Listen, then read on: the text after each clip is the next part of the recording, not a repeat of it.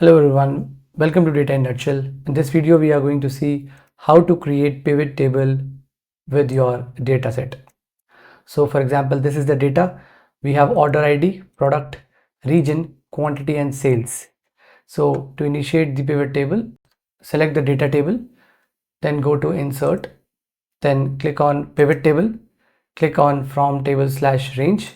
So in this first pop-up, you will be telling the Excel that where you want the pivot table to be created. So there are two options, a new worksheet, second is existing worksheet. So if you select this and press OK, it will create a new sheet altogether with the pivot table options. If I go back to the first tab and if I insert it again, click on this, click on from table and range. So if you are selecting existing worksheet, then you have to give the location like this. Click on this section, then click on anywhere you want the pivot table to populate. So you can see it is H3 now because I have selected H3.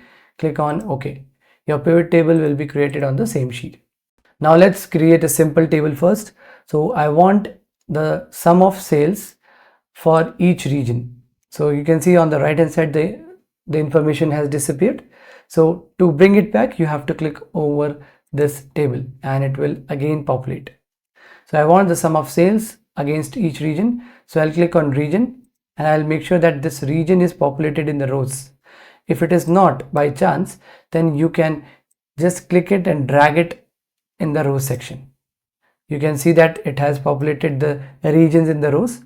Now I want the sum of sales in the next column. So I'll select sales and drag it to the values because these are numbers and numbers is to be populated. So that's why they will be in the value section. You can see that we have each region here and we have the sum of sales.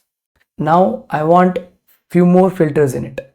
So I want east, north, south, west region, but I only want Apple related information here, the product name Apple.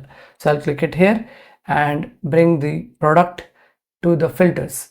So what will happen? It will add a filter over the top of the table. Click here and deselect everything and only select Apple and apply. You will see that the sum of sales has changed and it is only related to Apple. But what if you want to know each and every product and their sales as per the region? Then in that case, you have to bring the product into the columns. As soon as you do that, the Apple, you can see the product is now in the column section. Now currently it is only giving Apple because we have already applied the filter for Apple. So just remove that, click it here, select all and apply. Now you will see that we have region in the rows, product in the columns, and in this area we are getting the sum of the sales and we are also getting the grand total for each column and each row. So these are the variations you can create in a pivot table in Microsoft Excel. Let me know if you have any queries in the comment section. I hope you will like this video. Thanks a lot for watching.